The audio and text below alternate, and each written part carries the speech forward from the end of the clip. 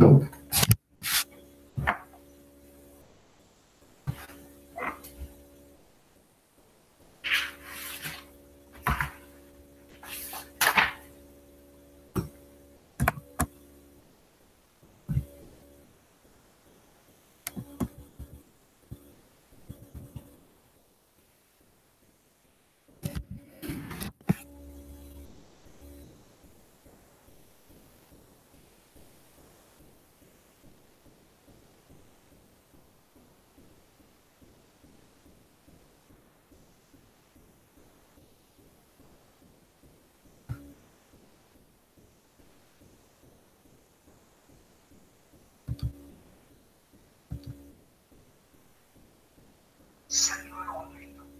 right.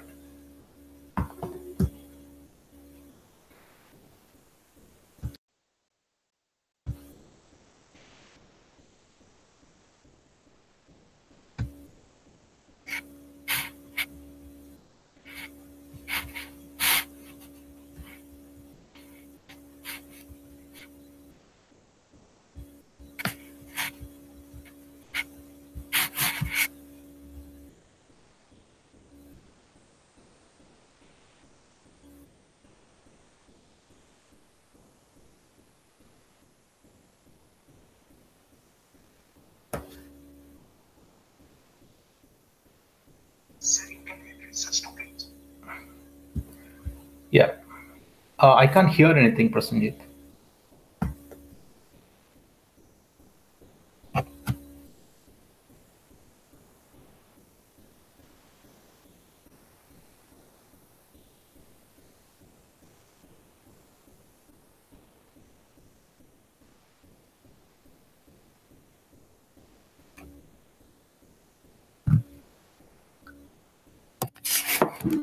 Hello, I'm not sure if all of you can hear me, but I'm not able to hear anything on this side. Yeah, I'm not able to hear anything on my side.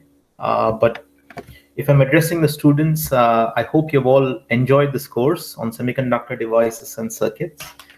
I've heard a lot from all my TAs and about all the discussion on the forums, and they have been doing all the hard work in trying to get back to all of you.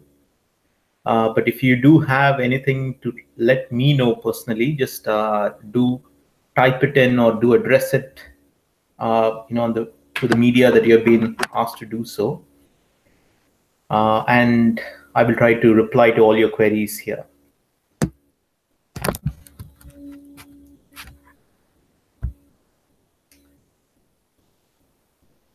So I did receive a few emails from a few students, and if I have I might start off with those. If I may start off with those, I will first address those queries. The first one was on, regarding the assignments. So I heard from some of the students the assignments are a bit difficult. Well, we try to set a balance, and I've communicated this to my TAs. We do try to set a balance and try to provide, some kind of a grading through the difficulty in the assignments. Hopefully, you should find the exams to be a little easier as compared to the assignments. Hopefully, yes. If you find if you follow everything through the course, that should how it should all work out. But otherwise, I hope all of you are enjoying the course. Do send me mails. Feel free to send me mails. As I mentioned in the course, do feel free to send me mails if you have any general problems. I mean, it'll be hard to address technical problems by email. That's better done through the forum. But if you have any problems of any general nature, for example, you're not able to see the course notes, or if you're not able to, understand what's being said because of, say, some technical issues, etc., please let me know through email, and I will try to address that as soon as possible through the NPTEL office. So since I'm not able to hear any of you, it's a bit difficult for me to judge as to what my audience is feeling or what they want to say. So let me just watch out for any messages that come out at this stage.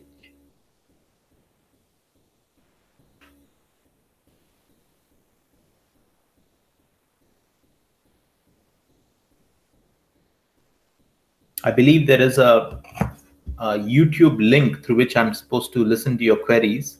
I'm still waiting for that link to appear. I don't have that link with me, so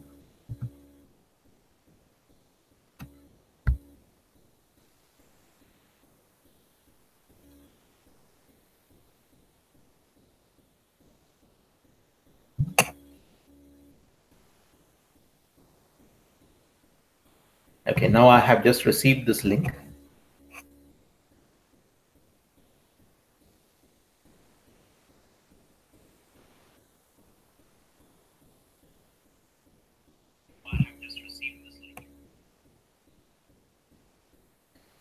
Okay, the other thing which I want to say, which I could not mention during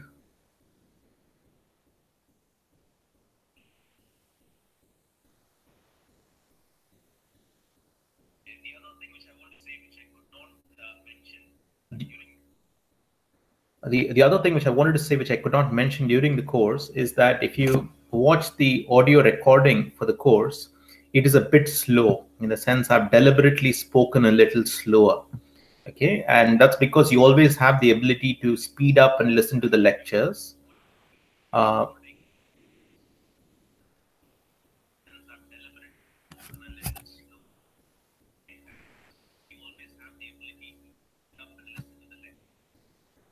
And by speaking slower, it helps the students who do not follow, who are not very comfortable with the English as the medium of spoken language.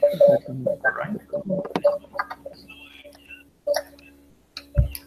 So do forgive me if the lectures seem a bit sleepy. It's not intended to be sleepy. I mean, I do not speak at that pace while giving lectures in the class. It is a bit more dynamic. So if you find it to be a bit slow, just speed up the videos and watch them. Okay, so I'm now receiving all the comments through this YouTube channel. So let me just try to address. So hello to everyone. I'm seeing a lot of hellos. And I think some of you are really enjoying this course. I'm very happy. I hope you're picking up on a lot of important concepts there. Okay. And I had also wanted to, add a session on puzzles on this course. Okay, which is to try and use these concepts on semiconductor physics to try and ask you questions that are a bit out of topic. They will not be graded, but they will appear in the form of puzzles. But at the last minute, I decided not to do so because it might confuse some of the students, in the sense that it might lead to some students panicking about the nature of those questions. But if any of you are interested, in hearing out these puzzles, I have a set of problems, which really make you understand these concepts a little deeper. So if you are interested in listening to these problems, let me know through the forum, and my TAs will post them online for you.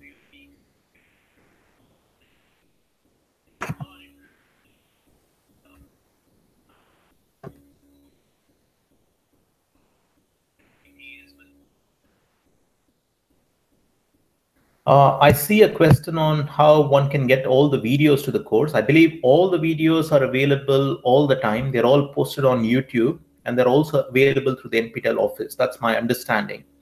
So you can go back to the very first lecture, which was the very first lecture on quantum mechanics, and begin to follow through the lectures.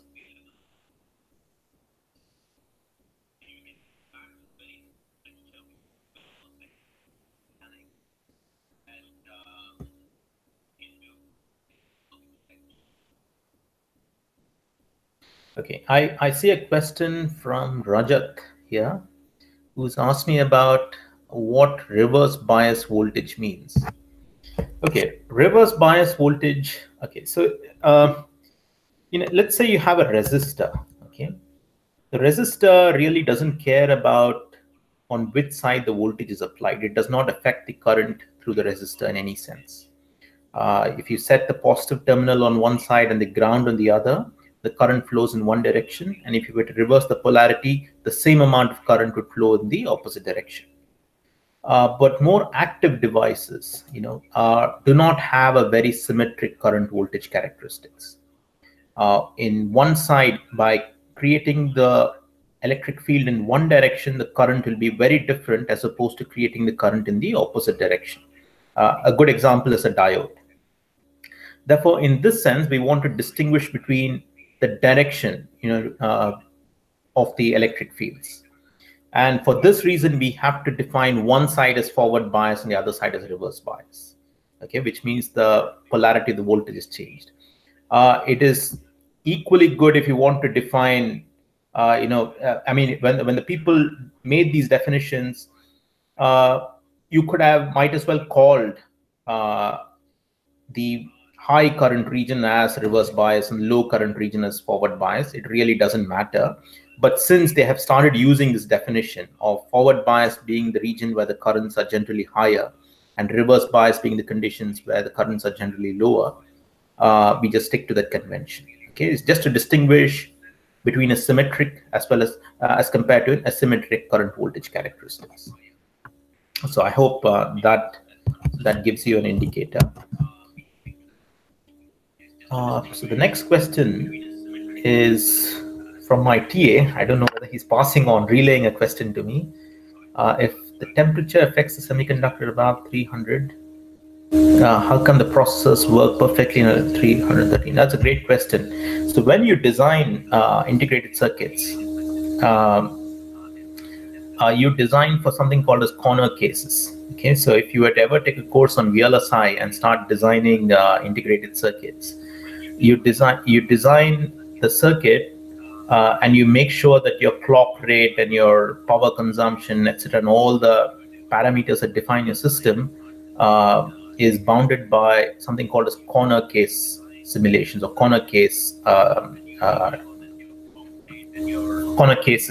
right?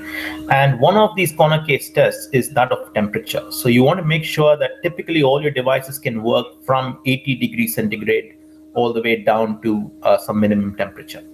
Okay, and depending on what the application is, so defense applications, these corner cases are a little bit more stringent because the temperatures have to be a lot more higher and a lot less lower. All right, so you make sure that the devices, even though they are affected by the temperature, do manage to work at these conditions. So that is how your processors, etc., can work efficiently when they are heated. But you do need to have a fan on your processor. So if you ever looked at the process that goes onto a CPU, there is a fan connected. You need to have a cooling system because you do not want the process to be working beyond these corner case points. Okay, so I need to be a bit quicker on the answers because the questions are flowing in a little faster. Why do we get exponential growth in reverse bias in a diode? The diode operates based on diffusion current, right? And wherever you see diffusion, the physical phenomena of diffusion permits a purely mathematical exponential behavior. Okay, so that's a property of diffusion, diffusive transport. And therefore, your diode does operate with the current voltage characteristic that's exponential. Now, it so happens then that when the V is greater than 0, the currents they've got a larger derivative, and therefore the currents seem to be increasing. But even in reverse bias, it is still an exponential function. It is just that V is less than 0, and therefore the exponential function behaves in that particular manner. So it's not symmetric. So therefore, you still do have an exponential characteristics even in reverse bias. I'll just move on to the next question. If I've not answered your question, do let me know, or do let my TAs know. I'm assuming that my answers are satisfactory. Okay, so I'll just move on to the next question, which is, what are the research areas in semiconductor devices? What are the challenges presently, except 60 millivolt SS of MOSFETs? Okay, that's a great question. Okay. There are a lot of research areas. If I start listing out the research areas, I'll probably not finish listing them all out by the time this this interaction is done. So one research area which you pointed out is the subthreshold limit. Okay, Okay, and because of that, people try to develop different kinds of MOSFETs like tunnel FETs, etc. But let's just talk about the semiconductor industry in general. Okay. What is it that people are generally trying to achieve? One aspect is, if you look at the conventional semiconductors, which is say crystalline silicon, they're trying to get to smaller and smaller devices that can work faster and faster, reduce power consumption. Okay, so because of this, the first is, how do you make the device? Okay, you want to fabricate the device. What are the fabrication processes? How do we achieve smaller devices? The second is, given those fabrication processes, can I come up with some novelties in materials? Okay, let me not use silicon. Let me use some other material. Let me not even use gallium arsenide. Can I use a material like graphene, for example? Or can I use a material like something called as molybdenum disulfide? So what are the materials that can help me achieve better power, better speeds, and so on? So that's another aspect of semiconductor research. The next aspect is in design. So given the material, can I come up with a device design? Can I engineer the device better so that the heat transport or the temperature related effects are much more under control? The devices can work a little faster. Can I do something on the device design and the device engineering? And then comes the circuit design. Okay, so given a device, can I now engineer a circuit that can behave in a much more optimal manner? So a good example of circuit and device interaction is operating circuits in subthreshold mode. So when you come to the lectures on MOSFETs, you'll find that MOSFETs operate in above threshold region, either a linear or in saturation region. But then you also have a lot of work, which is actually quite old now, which was trying to develop MOSFETs that can work in subthreshold operation, that's below the threshold voltage. And this has got certain advantages. So these are all research areas in conventional semiconductor technology. But then this field is blown into something else now. Okay, so people want to develop electronics on plastics. They want to develop electronics that can fold and bend. So you now have displays that you can roll up, electronics on materials that you can stretch and fold. And this is an area which is called as flexible electronics, which is an area in which I do my research in. And my TAs are also working in these areas. And here the semiconductor physics is completely different. Okay, and the very last lecture on thin film transistors, you'll get a glimpse of what are the challenges involved in this area. And people are talking about fabrication processes such as printed electronics. They want to use your inkjet printer to print electronic devices on plastics, etc. And using newspaper printing techniques to print out electronics. Okay, so it's a very fascinating field, lots of areas of research. There's absolutely no dearth, and many of them are coming up, even as we speak. All right, so I'll move on to the next question.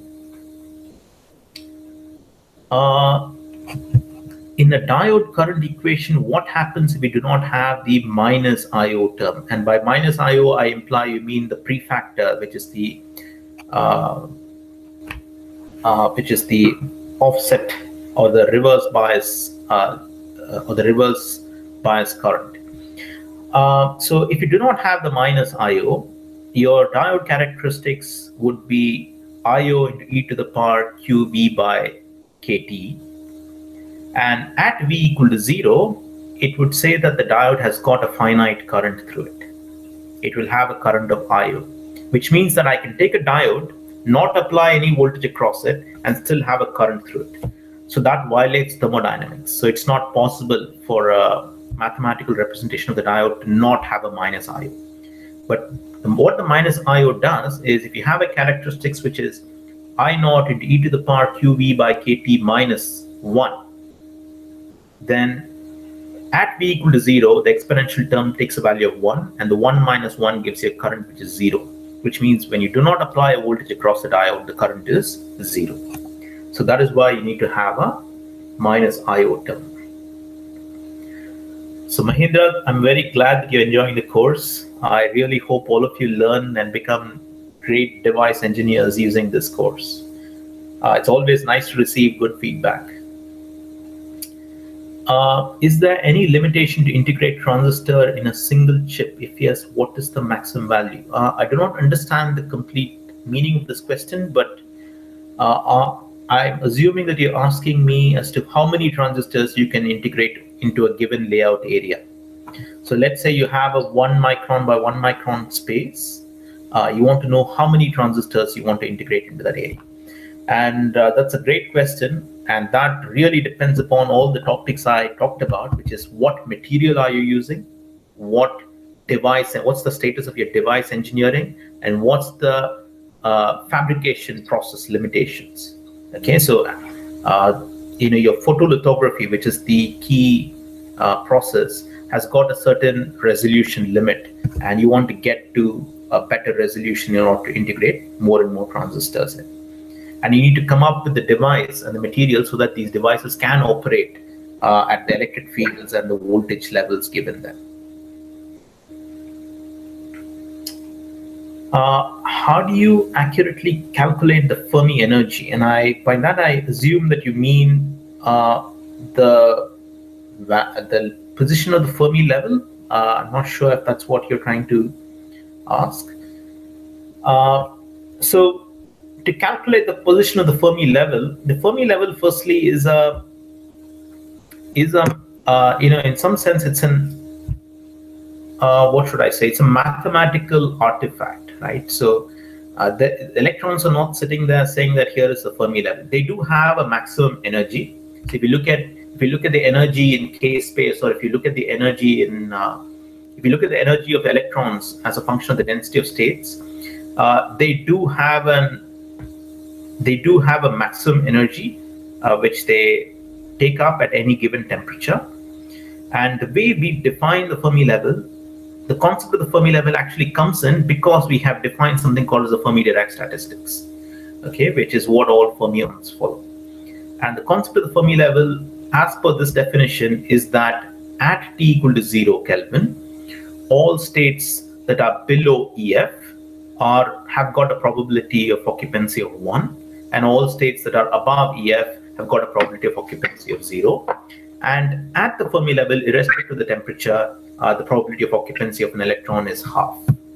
Okay, so that's the definition of the Fermi level. Moving on to the next question, how's the solution of Schrödinger's equation for 3D and in semiconductors? The particle electrons are actually, I'm sorry, I didn't fully understand the question here. This is from Nilmani.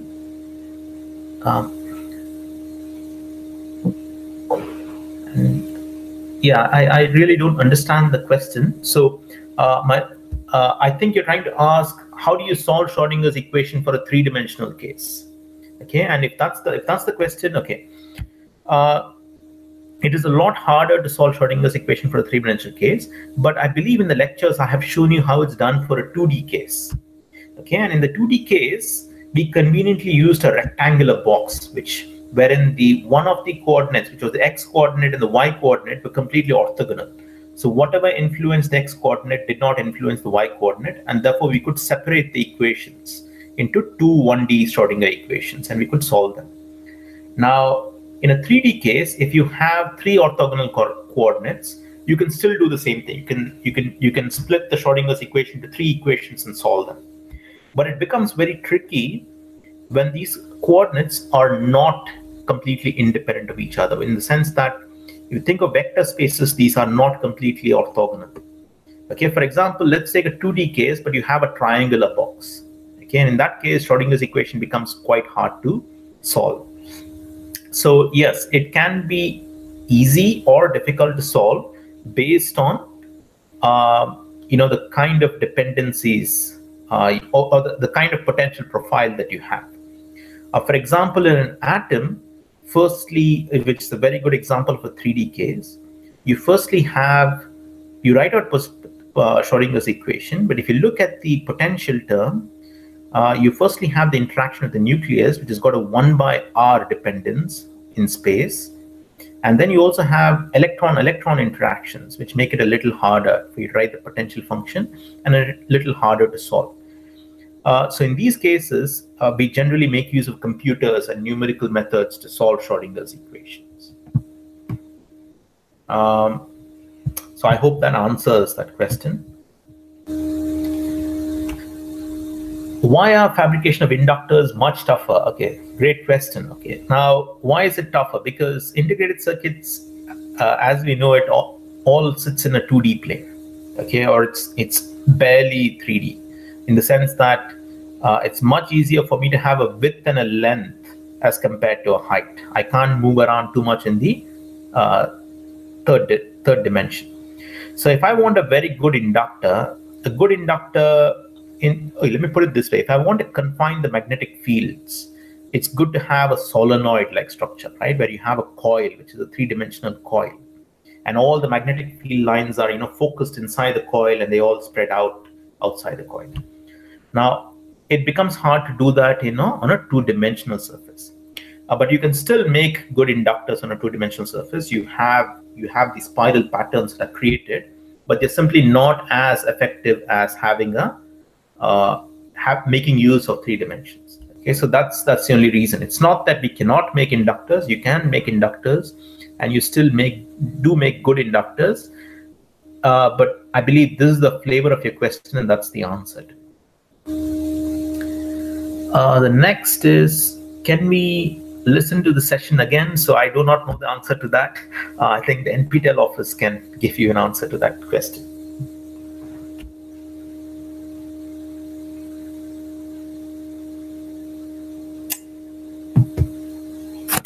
All right, so the next question seems to be,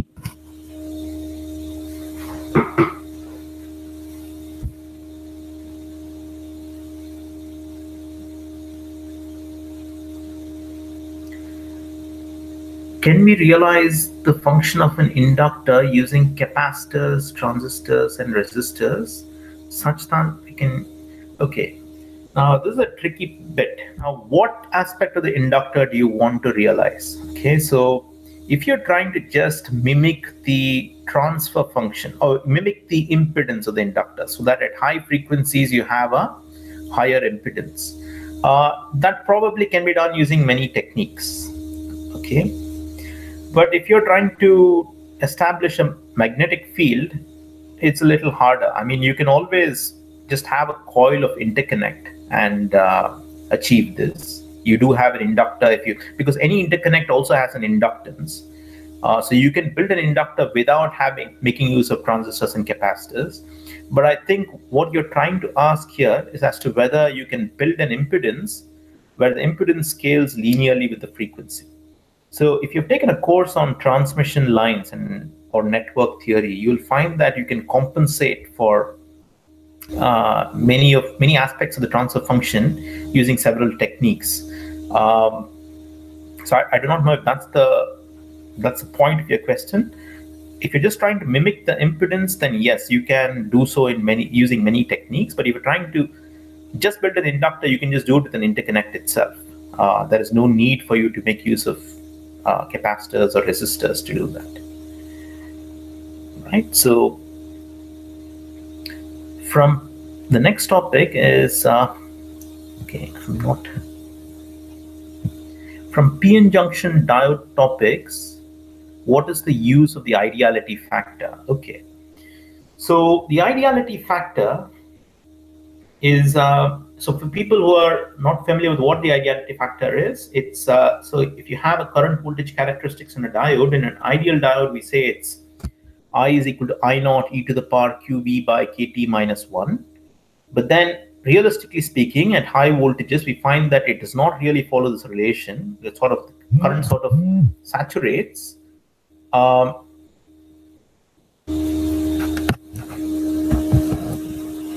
The current saturates, and we have a relation.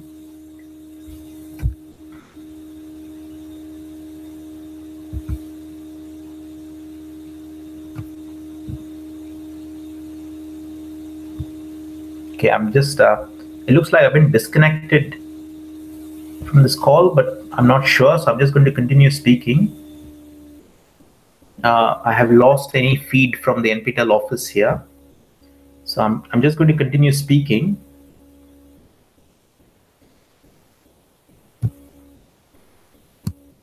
Okay, so continuing on with the ideality factor.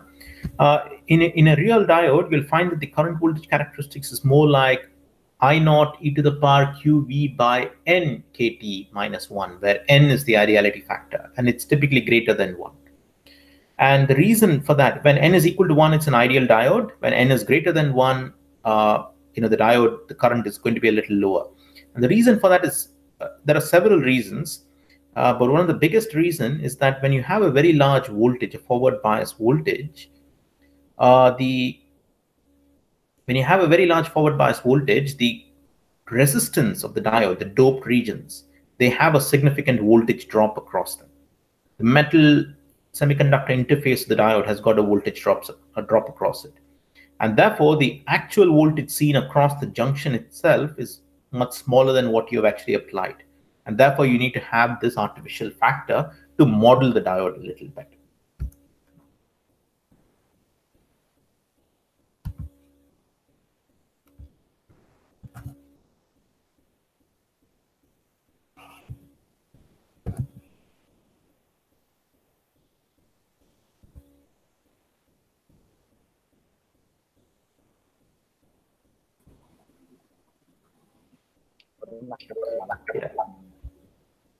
Let me just connect with my TA here. Prasenjit, I lost your video feed. Could the students hear me in that case?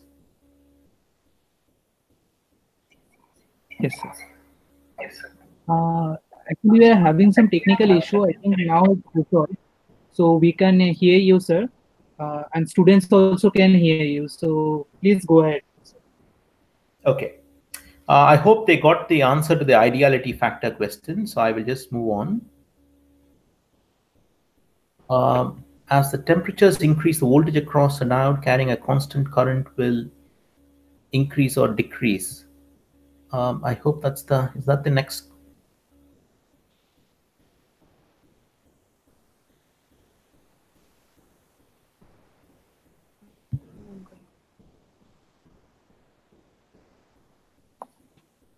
Sorry, I've lost track of the feed coming in here. So I will just continue from what I see.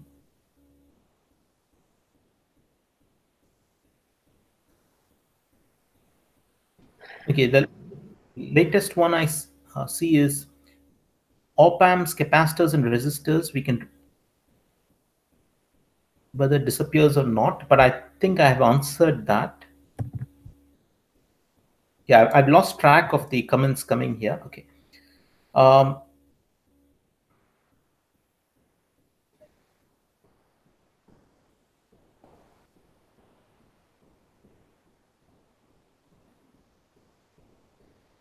Okay, let me just take the best guess and just continue. Why do we represent a slant line for the oxide layer in the MOS capacitor while drawing an energy band diagram for various regions of operation? Is it just for separating the, let me just understand this question. Okay, so I'm assuming you're asking me as to why the oxide layer in a MOS capacitor has got a slanted line on the band edges. The reason for that is because there is a voltage drop across the oxide and there is an electric field in the oxide. And that voltage drop is represented by a slanted line. You do also have a slanted line in the semiconductor, but it's just that the semiconductor has got a charge, space charge, and therefore you need to solve Poisson's equation to find the exact nature of that bending. In the oxide, the bending, which is basically the slanted line, is very easy to calculate because the oxide has got no charge.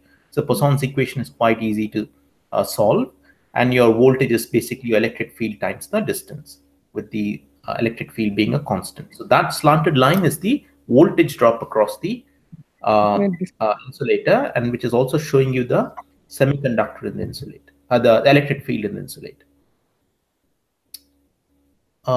Okay, basically the feed is much quicker than what I'm able to see on my screen. So forgive me if I'm missing a few questions. I'm trying to scroll up and down and try to catch them. What are the transistors used for fabrication below 5 nanometers? Is it possible to fabricate one such transistor through any mathematical modeling? Below 5 nanometers. Okay, so that's a very hard, very tight, channel length. So below 5 nanometers, what people try to do is they try to use different materials or different approaches to what you mean by a semiconductor. A good example is, say, a semiconductor nanowire. Okay, a semiconductor nanowire is just a few nanometers wide, and you try to develop source and drain on either sides and have a transistor. Or you could also think of transistors that are vertically aligned. So for example, you have a thin layer of a two-dimensional or close to the two-dimensional semiconductor, and you have a source and drain that are placed vertically on top of each other. So you need to redo your geometry and you need to redo the way you want to design your transistor if you want to come up with novel ideas. And of course, there is a lot of mathematical modeling and device physics that you need to solve out if you're trying to take up some new approach. If you're trying to use conventional techniques, 5 nanometers is a very tight resolution.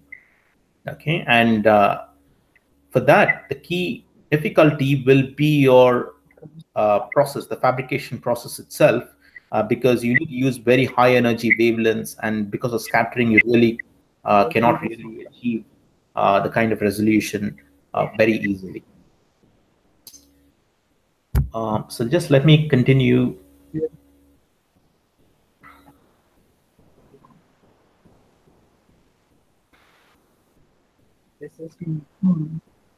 So I see a comment by Renu, who's okay, sorry, I think I missed a few comments here. Yeah, okay, I see a comment by Reynolds, who's asked for some problem-solving lectures. Firstly, I'm happy that you're enjoying your lectures, enjoying these lectures.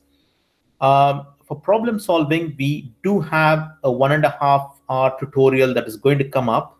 It will be conducted by my TAs, and they will have 1.5 hours of lectures where they will simply discuss example problems. For some reason or the other, we decided to keep it at the end of all the lectures, so you will probably have to wait till the end. I'm sorry about that. But in the meantime, the problem solving all happens through the assignments. So do try to solve the problems in the assignments and try to look up solutions or talk to the TAs and ask them for solutions once the assignments are submitted. But we do have a studio session which comes in right before the examinations, and it will be conducted by my TAs. But I'm happy that all of you are enjoying these lectures. It's always nice to receive positive comments. The next question seems to be as to what the difference is between drift and diffusion. Drift and diffusion. Look at what's a driving force for charge transport, right? In the case of drift, it is electric field. You have applied a voltage, you have an electric field, and the charge, the electrons or holes are moving because of the electric field. And therefore, you have a current density that's proportional to the electric field. In the case of diffusion, you don't have to have an electric field. In the case of diffusion, all you need to have is a concentration gradient. And diffusion is not only for electrons and holes, it's also true for any other species. So, for example, if I just have a lot of molecules of some species, which could be charge neutral, have a lot of molecules and collect them in one tank and open this tank, you'll find these molecules all move out of the tank simply because there is a concentration gradient. So you collect a lot of these species, in our case, electrons and holes in one side, one region of space, and you let go, and you'll find that electrons and holes flow from that region of high concentration to a region of low concentration, and that is something called as diffusion. And therefore, the diffusion current is proportional to the concentration gradient, which is defined by dN by dx or dP by dx. So that's the difference between drift and diffusion. So one is electric field driven, the other is concentration gradient driven. Where can we get the fabrication facility for MOSFETs beyond 10 nanometer gate length? I'm assuming you mean, correct me if I'm wrong, but I'm assuming you mean less than 10 nanometer channel length. Is that what the question is from Tripti? If so, I do not know in India as to where you can get it, but 10 nanometer, as I told you, is again a very tight channel length. So I really doubt whether there is a commercial process flow available for that. I'm really not sure. Okay, but the commercial hubs are, like Europractice or TSMC, etc. I'm really not sure whether they do have a 10 nanometer channel length process flow, but definitely I'm sure very cutting edge industry research, for example, maybe IBM is trying to do something there. But as I told you, you don't have to be stuck with conventional techniques to get your 10 nanometer length. You have many other novel approaches like vertical transistors or using nanowires or using some novel semiconductor to try and achieve, or self-assembly of transistors, using some kind of interesting chemistry to try and achieve all these channel lengths. And that's possibly done at academic research level. Okay, but I do not have an answer to that question. I do not know whether there's a commercial process available for, these kind of channel lengths. I really doubt it, whether there is.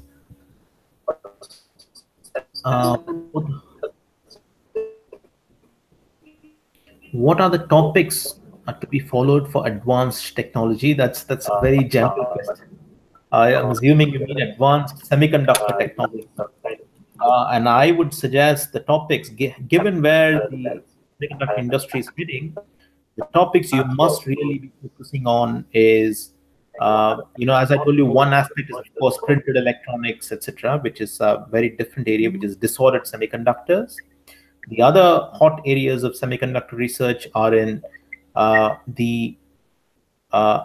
you have materials that are two-dimensional, or nanowires which are close to one-dimensional, or quantum dots that are, you could call them a zero-dimensional. And how do you fabricate? How do you model these devices? And what kind of physics do these devices follow? And the interesting point on the physics is that in our course, we have always looked at three-dimensional bulk materials.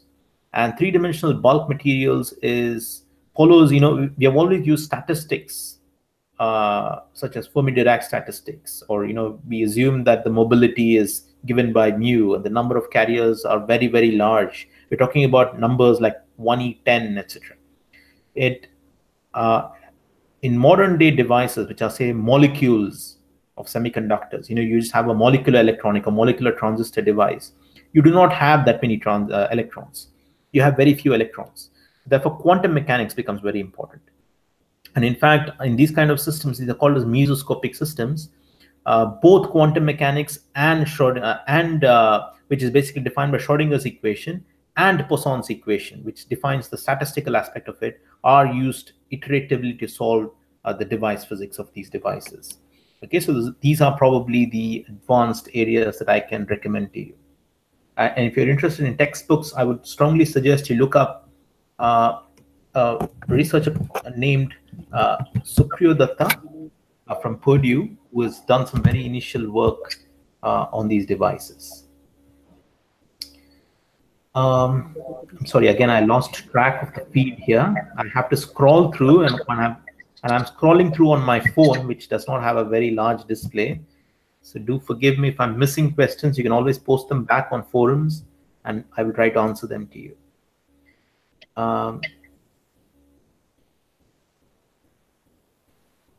Okay, I'm sorry. Let me just try to scroll as much as I can.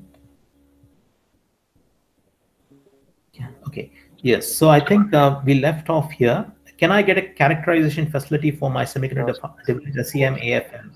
You're from Chennai. Yes, you definitely can. So I know that there are several hubs. I mean, IIT Madras itself will have these facilities. I'm 100% sure they have many of these facilities.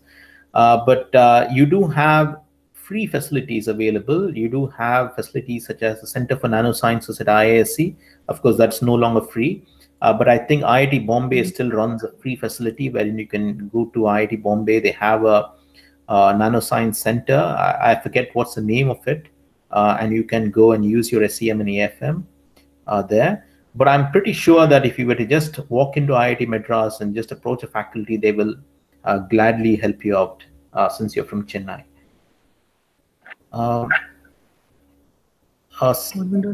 From Ruby, again, a nice compliment. Thank you. I'm really glad if semiconductor physics has become easy. I'm I strongly advise all students to focus on the concepts and try to understand this as much as possible. The next question is, can you explain the transistor? Okay, that's a very broad question. I probably will not have the time, but you can listen to the lectures. But essentially, a transistor is, if you look up a textbook, they will say the transistor got its name from being a resistor whose resistance you could control through an electric field or through a third mechanism. That's a fairly good definition. But generally, if you want to talk in terms of modern day language, I would say that a transistor, depending on its application, is either used in on-off mode. It's a switch, essentially. Instead of using a mechanical switch, it's an electronically controlled switch. And it's also got a more analog operation, which is its resistance or its transconductance can be controlled by using electrical signals. And the speed at which you can control it and what its on resistance is, what's its on off resistance is all determined by its device physics. And I think I have covered a few lectures on circuits and on analog circuits. So I'm sure by the time you get there, these ideas will become fairly clear. What is the way forward after completing this course? So I think I've already mentioned this, Prashant.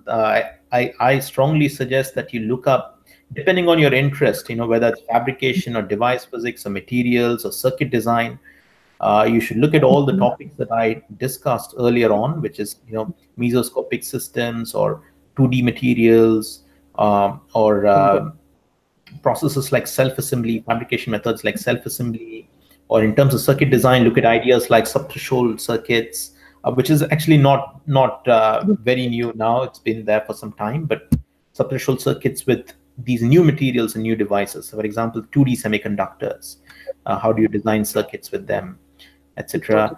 Very interesting device which has got a membristive property like vanadium-based oxide. You can look them up. There are several, and I'll be happy to give you a detailed list of topics, but probably on the forum. The next question is, what is the significance of the diffusion coefficient? The diffusion coefficient, just like how mobility is a parameter that tells you as to how quickly a charged particle will migrate through a field, the diffusion coefficient is a parameter that tells you how quickly the species will diffuse given a concentration gradient. So that's essentially what a diffusion coefficient is. But the diffusion coefficient is also determined by the mobility of the species because it's related by the Einstein's relation. And so I hope that answers the question. Can we say that the intrinsic carrier concentration is proportional to temperature to the power 3/2? Okay, so Ni is dependent on the square root of Nc and Nv. Okay, and Nc and Nv are each proportional to the power, are temperature to the power 3 by, have got a temperature to the power 3/2 dependence. And therefore, yes, in some sense, it does have a t to the power 3/2 dependence. But having said that, it's also got an exponential term, which is e to the power by 2kt. So there is also an exponential term which has got a temperature there. So it's got both an exponential dependence on temperature as well as your by 2 relation. What is quantum computing? Okay, that's way out of my league, but essentially from my own little interests, is to try and make use of some very interesting phenomena of quantum mechanics, which is something called as entanglement. Okay? And it tries to make use of that and tries to solve some very hard problems for a regular case. But I'm really not somebody who can really give you a good answer to the intricacies and details of quantum computing. Yeah, my apologies. That's a bit out of my league. But of course, I can point you to other faculty who might be able to give you a better answer to that. So sorry about that, Roshan. Yeah, I do talk about quantum mechanics, but I'm no way that well versed with quantum mechanics to answer this question in good detail. So the next question is Kaustav. For an N-type semiconductor with a constant generation rate, is the excess hole concentration, I'm sorry, wait, I need to scroll here. Is the excess hole concentration equal to the excess electron concentration at any point in time? Okay, so you have an N-type semiconductor with the constant generation rate. So you will be generating an equal number of electrons and holes, because for every photon you have one electron and one hole, let's say. And you want to know whether the excess hole concentration greater than the excess electron concentration. So generally speaking, no, because it's an N-type semiconductor. And your holes, initially they would be, let's say, equal to the excess electron concentration, but they will very rapidly recombine. Okay, so practically speaking, it's not going to be possible for you to see that unless you engineer the device in some special manner. I mean, you can always come up with a method to engineer it such that the electrons, for example, are trapped or swept away, and only the holes remain in that region, and therefore you have created a excess hole concentration. But if you do not have a junction, or if you've not engineered it in any special way, it's not likely to happen practically. Okay, so I hope that answers your question. I'm not looking into the camera of my computer, I'm looking at the phone, so my gaze is elsewhere. So going on to the next question, when the diode is in forward bias, call it as diffusion, by giving it a supply only when the load is in excess hole concentration. But if you have diffusion, great question. Okay. What the bias does is that it only helps lower the barriers. Yes, if you remember your p-n junction band diagram, you have your p to n barrier, and all the forward bias and reverse bias does is just helps lower the barrier. It does not actually help you migrate species via drift. So where is the diffusion coming in? Because you've lowered the barrier, the minority carriers, which is basically, let's say, the holes from the p side, which are the majority carriers, get into the n side, and there they become the minority carriers. In some sense, the biasing only helps you inject carriers, inject minority carriers into the junction. So which is basically holes into the n-type and electrons into the p-type. So bias is playing the role of what light would do, for example. So if you were to throw light, you will have a certain generation rate and it will create excess electrons and holes. Here the bias is helping you push these minority carriers into the appropriate side. And it is a diffusion of these minority carriers that determines the current. So that's why it's not a drift, but it's a diffusion mechanism. The ultimate mechanism which leads to charge transport is the diffusion of these minority carriers in a p-n junction diode. I hope that's clear. So how do you define K-space? Okay, K-space is basically a momentum space, or it's in a better way, it's the reciprocal lattice space. Okay, so I have spent one slide, which is probably not too many, on what K-space is, what the reciprocal lattice space is.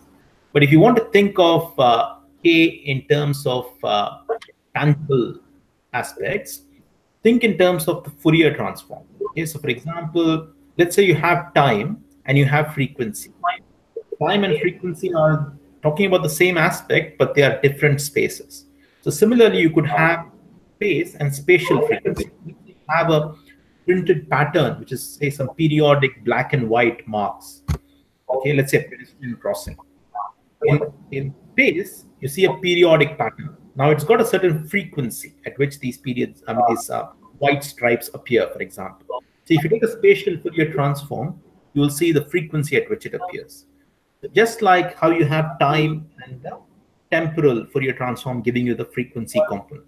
You know, the same aspect, but they are. So the spatial Fourier transform is essentially your case, okay, because it is black and white. In terms of the wave vector definition is 2 pi by lambda, which has got a 1 by meter dimension, and that defines what your K space is, and which is also related to your momentum.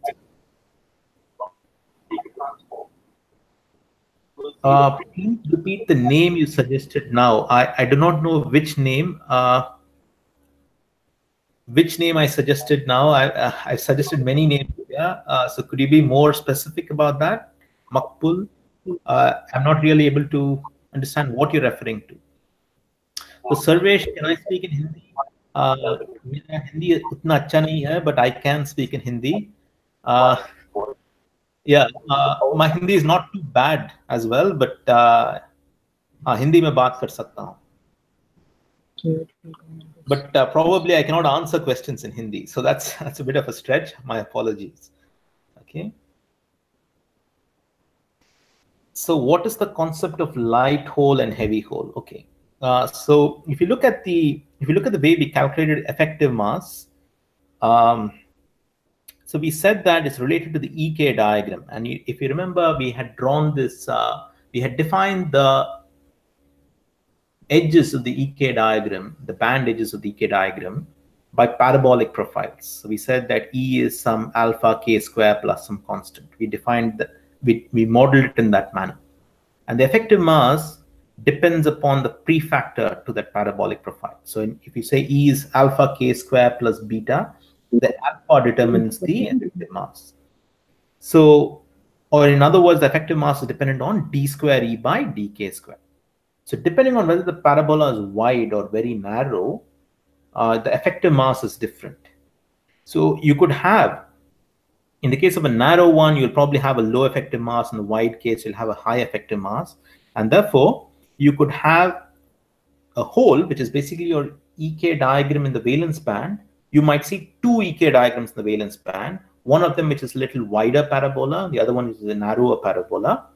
And the hole associated with the narrow parabola is probably called the light hole, and the one associated with the heavy, with the wider one is called as the heavy hole, because the effective masses are different.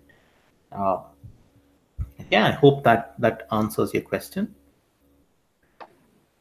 So I'm just continuing to speak here. I hope the NPTEL office is keeping me online, because it's going to be very hard for me to go back and try and pick on these questions. The next question is from Ashok. What are some of the geometrical and process parameters to be considered for designing and simulating high electron mobility transistors? Okay, that's a good question. Now,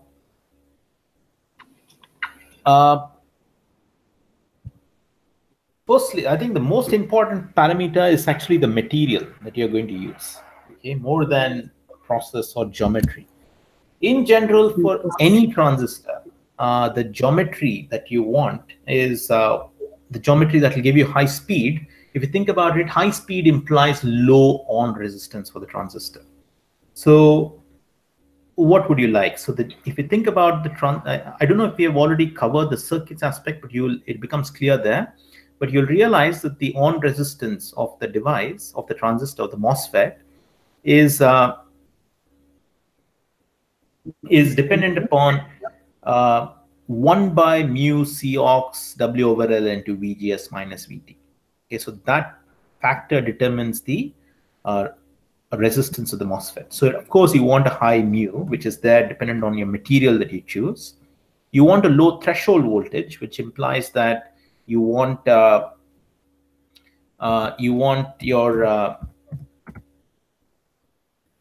what do you say, gate oxide thickness to be not too large, and you want your interface trap states to be very little, etc., so that your threshold voltage is kept minimal. And then you also want the transistor to operate at low VGS or high VGS, depending on how you have designed it or how you have scaled it, whether using constant field scaling or constant voltage scaling. We will discuss all this when we come to the end of transistors and circuits. I'm not sure if the course has gone that far. So these are some of the parameters, the device parameters that are important if you want to design your transistor to be having high speeds. But more importantly, I think it's the material and the kind of band bending that you want to obtain when you're looking at when you're trying to create your gate and semiconductor. So many a times you try to use a Schottky barrier kind of what do you say, gate insulator kind of interface. You want to create a Schottky barrier kind of interface, and also use something called as a Fermi gas, which is basically try to create a very sharp band bending at the semiconductor insulator interface, so that the electrons are all confined in that region, and you essentially have confined electrons which are moving from source to drain. So these are some of the device engineering aspects. Okay, but this is a whole course in itself. But these are some of the basic ideas behind the design of these devices. So there's a bit of band bending engineering that you need to do there. Okay, so okay, I'm sorry. Again, I have to just scroll back. I hope.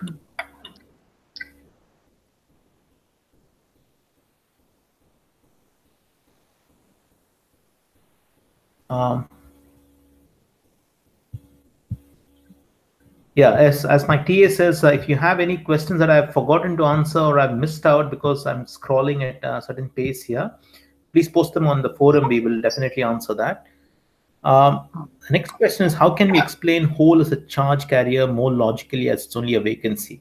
That's a very difficult concept to get, but I do understand. So the way you want to imagine it is, let's say you have your conduction band and you have your valence band. Okay. In the conduction band, I think it's very easy for you to imagine the electron as a carrier. In the valence band, the electrons are still the carriers. They are moving from one vacancy to another. And it is that those electrons that you're trying to count. Okay. But instead of counting those electrons, if you look at the vacancy itself, it looked like the vacancy is moving in the opposite direction. Okay. So that vacancy is called as a hole, and you give it a positive charge because it's moving in the opposite direction. So that's the way you want to imagine what a hole is. So I hope that answers your question. So Sarvesh, please answer. I'm in Hindi. Okay. What's your question? I'll try to answer in Hindi, but I need to have a question from you. As I told you, my Hindi is not great. My TAs can vouch for it, but probably Prasenjit, your Hindi is much better than mine, I'm sure.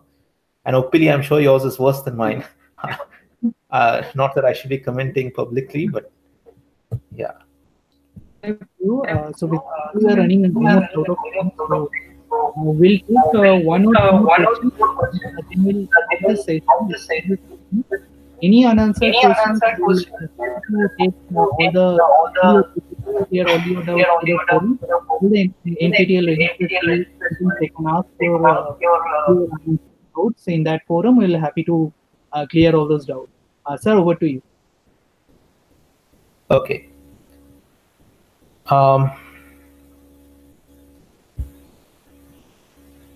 Okay, so I'm just going to the very last question I see here, because I've seen a lot of questions scroll up. So I'll just instead of wasting time scrolling, I'll just try to answer these questions. How do the holes come out of the valence band as in excitons? Okay, so in the case of an exciton, you have an electron that falls from the conduction band, and you have a hole in some sense that is excited, say. And instead of completely recombining, you draw it. Okay, it's not that it's coming out. I mean, that's not the way you want to imagine it. But the reason why we show it out is because we want you to understand it's a mobile species. It's instead of complete recombination, the electron and hole just form a pair like a hydrogen atom. Okay, and this species, like this species, something called as exciton, and it is mobile to the semiconductor, and that's depicted in the manner that is shown typically. The question before that was, which textbook should I be referring to? Okay, so this is something which I think there was a typo on the NPTEL website, because the places where I wrote the references, I see that they have listed some of the referees for the course. So I think it's a typo on the NPTEL website. Okay, but please do write down these textbooks. Okay. The first is, let me get the textbook names correctly. I'm just going to do a search on the web. Just give me a second. The first is a textbook by SMZ. Okay, I recommend this textbook because it's something I have used myself. And I'll give you the exact name. Let me just type and search it out. I'll give you a series of textbooks. The first is Semiconductor Devices, Physics and Technology by SMZ. The second is Physics of Semiconductor Devices by SMZ. Okay, so Physics of Semiconductor Devices by SMZ, and Semiconductor Devices, Physics and Technology by SMZ. They both are identical, but I think one talks a little more about the processes and etc. The other aspects of semiconductor technology. The other one, which is an excellent series of books, okay, which are, it's something called as the Modular Series in Semiconductor Physics. Let me give you the exact name. Okay, I hope the students are writing this down. We will post this on the forum if you like. It's a series of 6 textbooks, okay, and I think the speaker is stuck. No, it's good here. Yeah, I think it's a series of 6 textbooks, and I'll just give you the exact name. I'm just searching for it. It's by Newdeck and Pierret, and I'll give you the spelling of the names. Yeah, it's called as Modular Series on Solid-State Devices. Modular Series on Solid-State Devices. And it is by G.W. Newdeck, N-E-U-D-E-C-K, and R.F. Pierret, R.F.P-I-E-R-R-E-T. Okay. And this is an excellent series of 6 textbooks. So there are little textbooks, but there are 6 of them, which covers semiconductor fundamentals, advanced semiconductor fundamentals, PN junctions, BJTs, MOSFETs, etc. And it's another excellent source of, it's another excellent reference. For MOSFETs alone, there is a textbook by Yanni Cividis. Okay, for MOSFETs alone, that will not cover anything else. And I'll give you the exact name of that. I think it's called Operation and Modeling of the MOS Transistor by Yannis Cividis. Okay, Y-A-N-N-I-S T-S-I-V-I-D-I-S. Operation and Modeling of the MOS Transistor. So that's another excellent textbook for MOS transistors, and MOS is one of the most important devices if you want to pursue semiconductor physics. So I think these textbooks would help you. And there is another one which is by Ben Streetman and Sanjay Banerjee, which I'll give you the exact name for that. It's a more fundamental book. I think our course covers concepts that are a little beyond this book. So this is a slightly more fundamental book, which is called a Solid State Electronic Devices by Ben Streetman and Sanjay Banerjee. These are all some useful textbooks, and I hope you will listed this down, but I can also post these on the forum.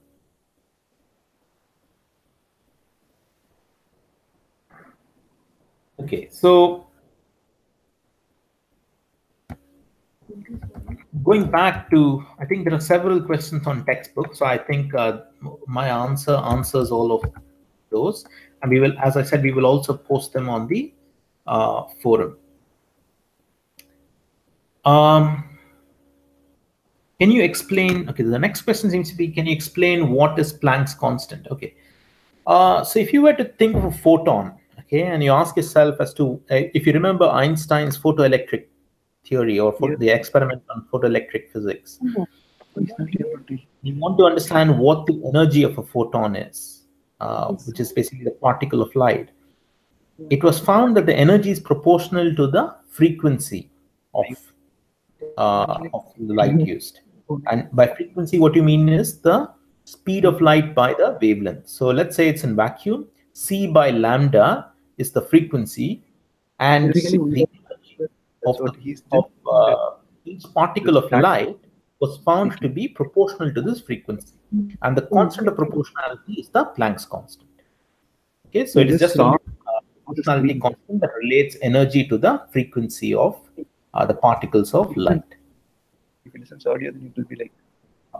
So there's another question on exciton. So as I said, the exciton is a electron-hole pair that's not completely recombined because it's a mobile entity which moves through the lattice of the semiconductor. So I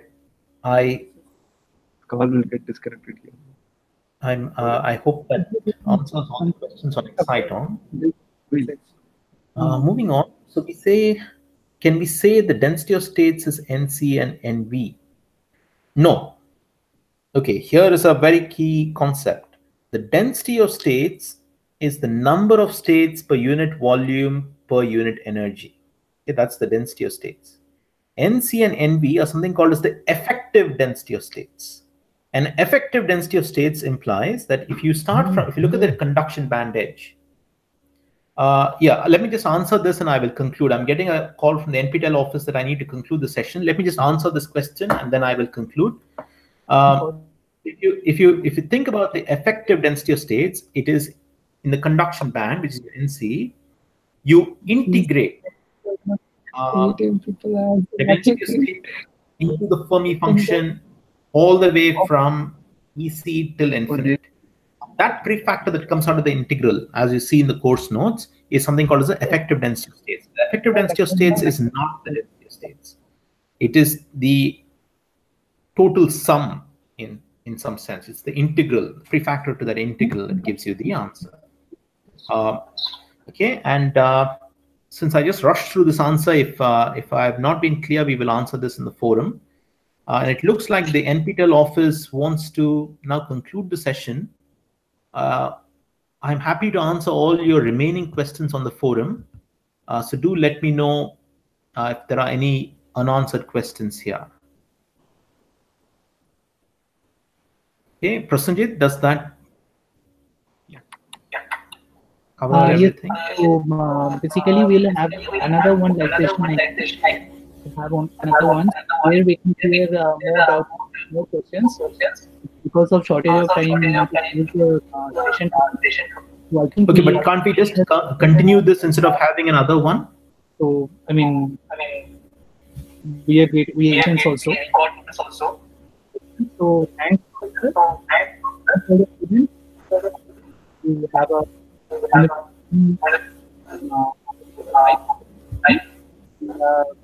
please only doubt in the forum. We'll try to answer all your questions on a regular basis, and we hope that you are enjoying the course. And please, interested students, you register for the exam. So we'll conclude this live session today. Thank you.